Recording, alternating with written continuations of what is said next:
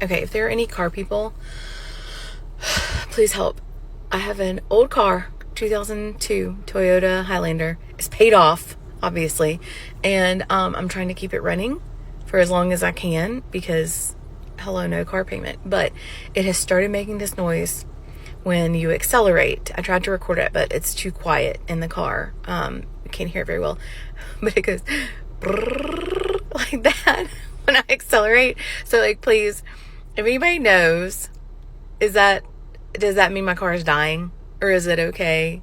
It does burn oil like an MFer, but the mechanic that we take it to said it's fine as long as we just like keep topping it off.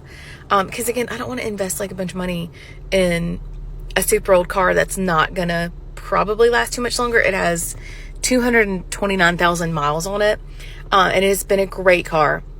And I just want to keep it going for as long as I can so that we don't have a car payment. But anyway, if anybody knows why it would make that weird noise when it accelerates, and if it's bad or neutral, I know it's not good, obviously, please let me know. Thanks.